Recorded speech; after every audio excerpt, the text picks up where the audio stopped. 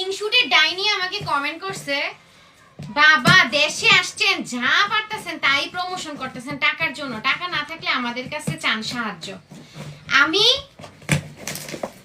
টাকার জন্য এই প্রমোশন করতেছি না। আমি ইতালি থেকে যেমন সবার জন্য গিফট আনছি, এরকম আমার স্টুডেন্ট কিছু আপুরা আছে যারা আমাকে গিফট পাঠাচ্ছে তাদের পেজের সুবিধার জন্য। আমি কিন্তু কারো কাছ থেকে পেমেন্টও নিচ্ছি না, ঠিক আছে?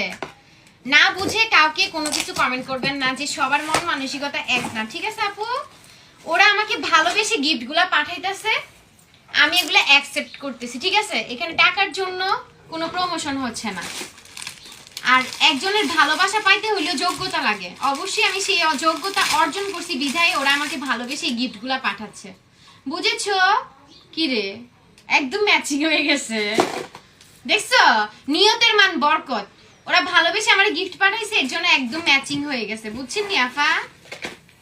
কি রে, এত ম্যাচিং কেমনে হলো? সবার সামনে কিন্তু আমি একটা লাইভ প্যাকেট খুলছি, ঠিক আছে? এখানে কিন্তু আমার কোনো হাত ছিল না, আমি জানতামও না সে আমাকে কি গিফট পাঠাইছে।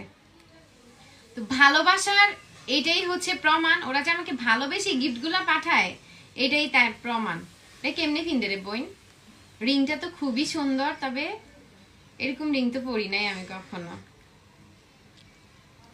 ওই যে মানুষ বলে না